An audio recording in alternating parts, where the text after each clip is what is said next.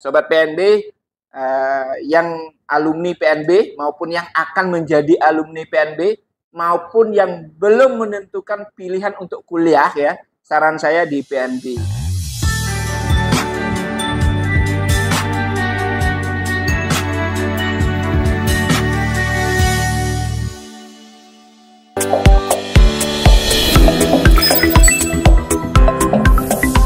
Berkaca, bersama kita bicara. Hai, apa kabar Sobat PNB? Balik lagi bareng saya Chandra di podcast Berkaca. Bersama kita bicara.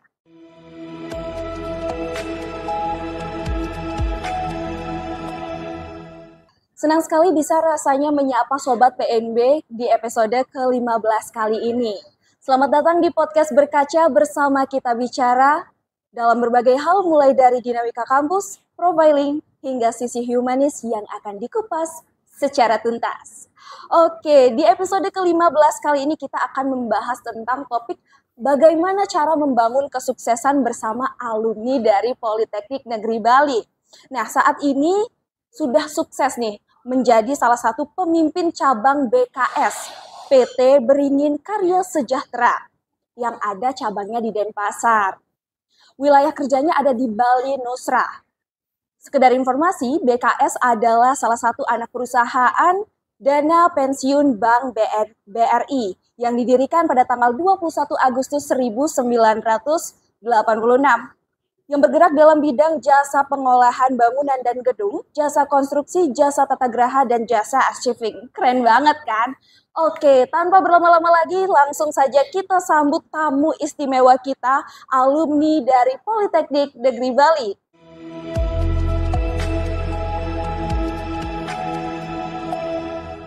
Sobat PNB, mohon izin perkenalkan, nama saya Ketut Mudiarto ya. Kebetulan Sobat PNB, saya alumni Teknik Mesin tahun 2023 ya. Kemudian menjadi alumni dari Teknik Otomasi dari Energi Baru Terbarukan tahun 2023 ya. Saat ini saya memang sedang bekerja di salah satu perusahaan anak dari dana pensiun BRI, namanya PT Beringin Karya Sejahtera atau disingkat BKS ya. Kebetulan saat ini saya diberi amanah per 1 Februari tahun 2024 selaku pemimpin cabang Denpasar yang kebetulan seperti Mbak Chandra sampaikan, wilayah kerjanya mencakup Bali, Nusa Tenggara Barat, dan Nusa Tenggara Timur. Mungkin itu Mbak Chandra ya, perkenalan awal dan Sobat PNB. Oke Pak Ketut, bisa diceritakan nih Pak perjalanan awal Bapak sebagai mahasiswa teknik mesin tahun 2003. Ya. Apa sih motivasi Bapak berada di prodi TO tersebut? Oke, Sobat PNB, dapat saya sampaikan ya, saya itu memilih teknik mesin ya awalnya karena saya dari Nusa Penida ya, dari keluarga yang tidak begitu mapan ya. Harapan pertama dengan kuliah di PNB jurusan teknik mesin itu ketika menyelesaikan studi D3 itu setidaknya bisa membuka peluang usaha sendiri, buka bengkel lah begitu ceritanya. Tetapi Tuhan berkata lain ya, saya melamar di salah satu perusahaan anak, kebetulan yang namanya BKS ya. Di situ saya melamar pertama kali begitu lulus, saya diterima di BKS sebagai teknisi. Jadi karir saya itu Sobat PNB itu dari jadi teknisi tepatnya di 12 Maret tahun 2004 ya.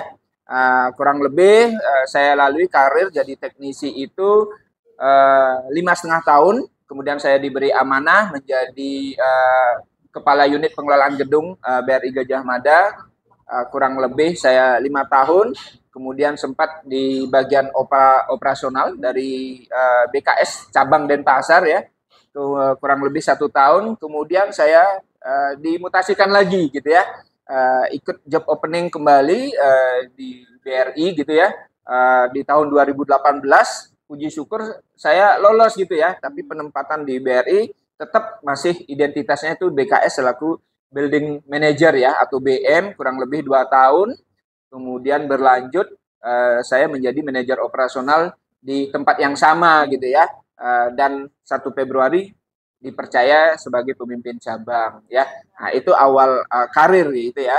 Nah, sembari di tahun 2023 gitu ya, kebetulan ada program studi TO ya, yang lebih spesifik tentang energi baru terbarukan. Nah, di situ saya melanjutkan studi lagi ya, karena saya lihat energi baru terbarukan saat ini lagi tren ya, Mbak Chandra ya.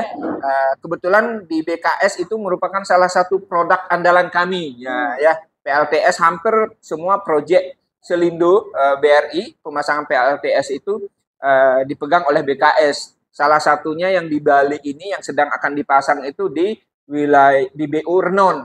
BU Renon, kemudian ada BU Gajah Mada, kemudian ada nanti di Sumbawa Besar. Jadi saya rasa disiplin ilmu yang saya geluti masih ada korelasinya. Jadi sehingga ada kontribusinya lah gitu ya, terhadap peluang bisnis BKS yang lebih baik gitu ya, dengan memahami bagaimana karakteristik dan teknisnya lah tentang PLTS. Jadi seperti itu ya, Mbak Chandra.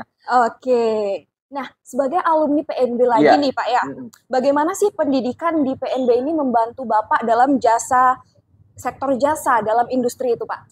Baik ya, Sobat PNB, yang alumni PNB maupun yang akan menjadi alumni PNB maupun yang belum menentukan pilihan untuk kuliah ya, saran saya di PNB. Kenapa ya? Saya kurang lebih 20 tahun ya, dan salah satu staf saya ada beberapa yang sudah lama bergabung dengan saya juga alumni PNB dan baru juga bergabung juga alumni PNB. Pertama yang dapat saya sampaikan, PNB itu vokasi ya, ilmu terapan gitu ya, dibandingkan lulusan universitas ya. Dunia industri yang dibutuhkan adalah tenaga yang siap pakai. Yang bisa menyiapkan tenaga ini adalah salah satunya adalah Politeknik Negeri Bali ya. Nah, kenapa saya bilang begitu ya? Lingkungan kampus itu kurang lebih hampir sama dengan lingkungan di tempat kerja, di mana jam kerjanya itu Mbak Chandra, kalau di dunia kerja itu kan 9 jam ya, dengan dipotong istirahat 1 jam ya. Di kampus kita itu, ya saya jadi alumni tahu persis lah. Kuliah kadang-kadang kita dari jam 7, pulang jam 5, jam 6 gitu ya. Nah, satu sisi kita dituntut kuliah yang sudah ditentukan. Begitu padatnya yang harus kita ikuti ya, mata kuliah belum lagi tugas dan sebagainya. Benang merahnya adalah ketika kita memasuki tempat kerja, sama, pressure itu ada ya, terkait target-target pencapaian, goal yang diharapkan. Di sisi yang lain, alumni PNB itu sudah terbiasa dengan tekanan-tekanan ya, sehingga tidak butuh penyesuaian yang lama lah gitu ya untuk beradaptasi dan menyesuaikan di tempat kerja. Sehingga saya bilang seperti yang saya sampaikan, kita itu harus berbangga sebagai alumni PNB maupun yang sedang akan tamat maupun yang akan mencari ya. PNB merupakan sebuah solusi yang tepat ketika kita berpikir lulus untuk mendapatkan pekerjaan yang cepat. Salah satu yang disampaikan oleh Pak Direktur kemarin, dari wisudawan 2034 orang gitu ya, itu sudah diserap sebelum pelulusan 52%. Alangkah bangganya kita sebagai alumni PNB. Alangkah senangnya kita yang sedang anak-anak kita yang menempuh pendidikan di PNB. Nah, harapannya dengan seperti itu ya, teman-teman kalau tidak ada banyak pilihan, saya rasa PNB pilihan yang terbaik lah. Seperti itu Mbak Chandra ya. Iya benar sekali ya Pak ya, karena PNB unggul ya Pak ya. Iya, ingat motonya, PNB itu sobat ya, terdepan, profesionalisme dan berdaya saing internasional. Itu luar biasa. Iya ya. benar banget nih Pak. Dari tadi ngobrol tentang motivasi, tapi kan sekarang ada nih tantangan utama Bapak ya, yang Bapak hadapi mulai bekerja saat bidang pengelolaan bangunan dan gedung. Nah, serta bagaimana sih pengalaman di kuliah tersebut Pak di PNB itu? Ya, yang saya bilang ya, kalau kita berbicara tentang pengelolaan gedung ya, itu salah satu core bisnis daripada BKS, bisa di properti, manajemen maupun di service facility. Yang dibutuhkan adalah terapan ya. Pengelolaan dalam suatu gedung itu terdiri dari infrastruktur. Di sana banyak disiplin ilmu, sobat PNB, ada mesin, genset seperti itu ya. Kemudian ada pendinginan udara, itu kan semua ada di mesin ya. Kemudian electrical, kelistrikan itu di teknik elektro ya. Kemudian dari perawatan dari sisi bangunan saya rasa ada di teknik sipil. Isi-isinya di dalamnya ya. Ya itu tidak sistem administrasi. Tentu saya rasa masuk juga itu administrasi niaga gitu ya. Kemudian sistem akunting juga masuk. Kemudian promosi-promosi dan sebagainya saya rasa pariwisata juga masuk ya. Jadi banyak hal lah saya rasa kita tarik benang merah bisnisnya BKS gitu ya terhadap vokasi yang disiapkan oleh PNB sendiri itu sebenarnya itu menjadi salah satu apa ya peluang yang bagus bagi BKS ya untuk menyerap tenaga-tenaga alumni dari PNB ya karena tenaga yang saya pakai yang saya sampaikan yang perlu kita akui adalah terampil dan disiplin lah orang-orang PNB dibandingkan yang lain karena saya sudah membuktikan ya seperti itu ya sobat PNB ya. Oke, berarti dari banyaknya prodi itu bisa Pak ya masuk Bisa, ke bisa PKS? sekali, bisa. Oke nih, lanjut ya Pak ya. Iya, siap Pak Chandra. Yuk. Adakah keterampilan teknis Ya. atau soft skill dari kuliah di PNB yang berperan besar nih dalam industri Bapak sekarang untuk menjalankan perusahaan tersebut? Baik. Sobat PNB, kalau kita lihat dari sisi keterampilan soft skill di sini banyak. Soft skill itu biasanya dari PNB karena ini vokasi ya, biasanya disesuaikan dengan kebutuhan dunia industri. Itu yang saya sampaikan ya. Seperti boleh dibilang secara spesifik di jurusan teknik mesin itu kita lihat ya, Mbak Chandra ya, ada refrigerasi dan tata udara. Itu salah satu soft skill yang secara spesifik yang saya bilang. Juga di samping disiplin ilmu yang lain ya. Banyak korelasinya. Kalau kita sebut terlalu banyak ya. Jadi saya rasa PNB udah pilihan yang tepat lah gitu ya. Kalau bagi dunia usaha khususnya BKS ya, sangat cocok sekali dah sebagai mitra kerja gitu ya.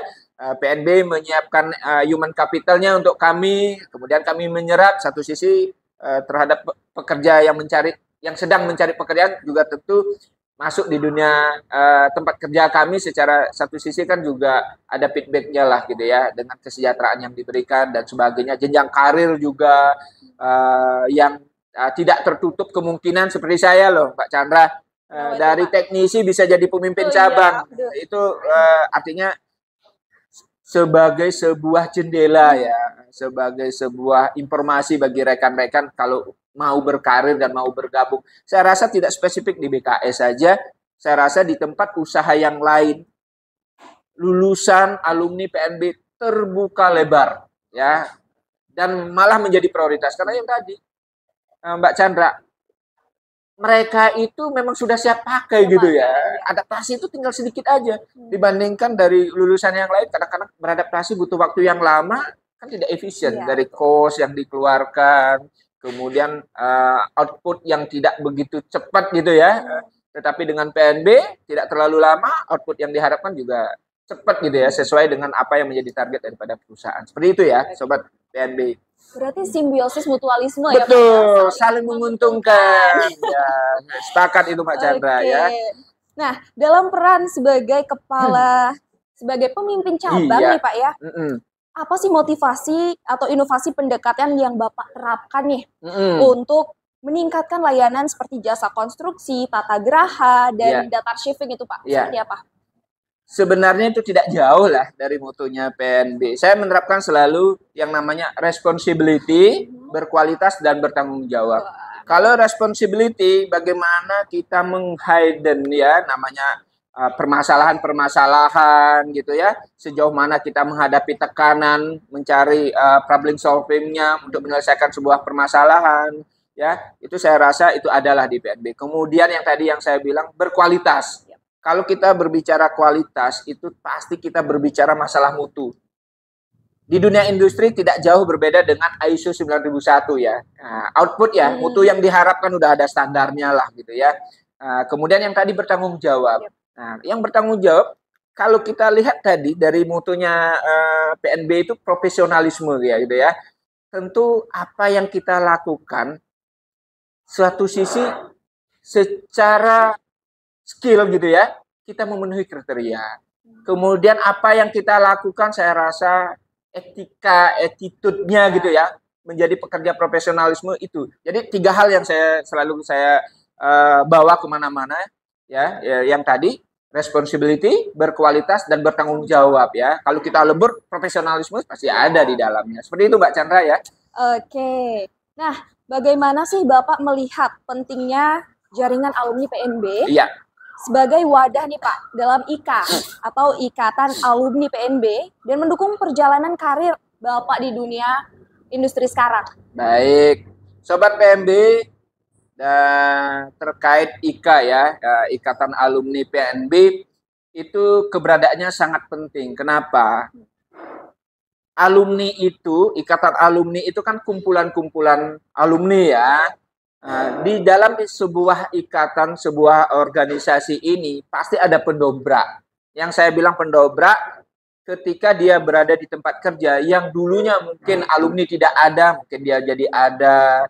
Kemudian alumni dengan berbagai atau dia buka usaha. Jadi dia memberikan peluang, memberikan informasi. Saya rasa itu sebagai sebuah rantai lah gitu ya. Alumni itu sebagai terdepan, pendobrak. Kemudian kita yang akan menjadi alumni maupun sedang dan lulus itu secara tidak lambat laun itu kan kita ditarik gitu ya. Oh iya itu setidaknya pasti akan berpikir dibandingkan memilih orang lain gitu ya, lebih baik pilih keluarga sendirilah gitu. Kapan jauh-jauh rekrut orang lain gitu ya. Kalau ada lulusan juga memenuhi kriteria dan satu alumni alma mater ya kita pakailah pasti dari alumni ya. Satu sisi kita tahulah gitu ya output yang dihasilkan kan seperti itu Mbak Chandra ya. Jadi IKA alumni itu sangat penting keberadaannya ya untuk networking. Iya, networkingnya sebagai jaringan ya bisnis karena semua ada di situ ya. Kita bisa bertukar pikiran, membuka jaringan bisnis, peluang usaha, bermitra juga di situ. Seperti yang tadi Mbak Chandra sampaikan, simbiosis mutualisme, saling menguntungkan di situ peranannya ya. Relationship-nya. Seperti itu Mbak Chandra. Oke, berarti emang ada relasi ya Pak ya. Semakin banyak, semakin bagus. Bagus, betul Mbak Chandra ya. Sebagai pemimpin nih Pak ya, ada nggak sih Pak prinsip yang Bapak pegang nih dari pendidikan di Politeknik Negeri Bali hingga Bapak terapkan dalam mengelola tim BKS Bapak? Baik. Beberapa yang sangat penting ya. Kita sebagai mahasiswa di PNB itu satu yang saya tangkap adalah disiplin. Kenapa? Ceroboh saja kita sedikit di PNB tidak disiplin, buyar sudah semuanya. Karena apa? Sistem pembelajaran di sana itu paket. Selain kita dituntut menyelesaikan akademis, ada non-akademis yang juga harus kita ikuti sebagai salah satu syarat kelulusan kan begitu ya. Nah, kalau kita tidak pintar-pintar memanage diri sendiri gitu ya, kapan kita harus menyelesaikan pekerjaan, menyelesaikan tugas-tugas kuliah, kapan kita harus mengikuti kegiatan, bisa tepar, kita bisa sakit dan sebagainya. Nah, dari kita terbiasa disiplin, kata kuncinya disiplin, itu yang saya bawa. Saya bisa memaintain diri sendiri gitu ya. Bagaimana saya memberikan contoh ke yang lain gitu ya.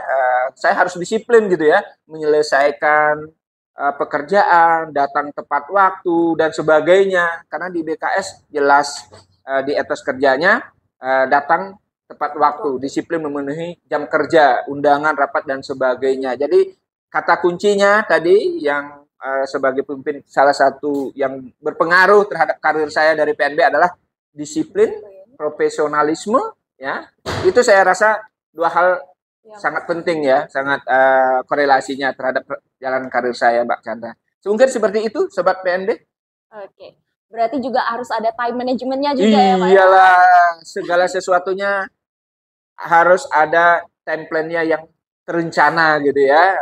Kalau kita mau meniti karir dan menyelesaikan kewajiban kita dengan tepat waktu gitu ya. Jadi seperti itu Mbak Chandra, Sobat PNB. Oke, sebelum berakhirnya nih Pak ya dari pertanyaan-pertanyaan yang sudah luar biasa banget. Ada Bapak tolong coba berikan harapan atau tips atau pesan yang mungkin dapat mahasiswa seperti saya di Politeknik Negeri Bali khususnya ingin sukses seperti Bapak itu. Baik, Sobat PNB yang sedang pendidikan di PNB maupun yang SMA yang akan memilih perguruan tinggi ya, maupun alumni ya yang sedang juga mencari pekerjaan, ada beberapa tips yang saya bilang ya. Pertama, kita sangat beruntung lah masuk di PNB. Kenapa? Di situ kita diajarkan disiplin. Jadi tipsnya adalah bagaimana kita mematuhi ya ketentuan peraturan yang ada di PNB sehingga kita lulus tepat waktu, gitu ya. Dengan lulus tepat waktu kita mencari pekerjaan kan juga lebih cepat kan begitu ya. Itu tipsnya. Patuhi gitu ya. Satu sisi masuk dunia kerja juga ada ketentuan peraturan perusahaan ya. Itu salah satu tips yang harus tentu yang tadi disiplin ya, harus disiplin semua diselesaikan. Kemudian harapannya saya ya, nah harapannya saya tentu PNB ini semakin besar ya, semakin besar menghasilkan alumni yang tentu yang berkompeten ya, karena yang memang benar-benar dibutuhkan oleh dunia industri gitu ya. Apalagi sekarang di PNB yang dulunya dari yang ada ya, program studinya dari D2, kemudian D3, sekarang bahkan S3 terapan ada kan itu ya. Nah, harapannya saya gitu ya, terus terjadi suatu lonjakan perbaikan ya dari sisi teknik, juga ada S2 terapan teknik karena saat ini kan belum ada ya, baru ada S1 terapan teknik, sehingga para alumni yang juga udah lulusan ingin mencari gitu ya, meningkatkan pendidikan sesuai dengan kebutuhan, tentu bisa dijembatani oleh PNB gitu ya. Jadi itu salah satu harapannya saya, sehingga kita gitu ya, jiwa Korsa itu tidak akan terlepas dari PNB. Seperti saya dari D3 di PNB, kemudian lanjut lagi di PNB S1 terapannya. Nah, itu seperti itulah. Jadi itu harapannya saya, terdepan profesionalisme dan berdaya saing internasional. Ya. Terima kasih Mbak Chandra. Terima kasih ya Pak Ketua. Sama-sama Mbak Chandra. Pemimpin cabang BKS sudah mau berbincang-bincang dengan saya di podcast Berkaca kali ini.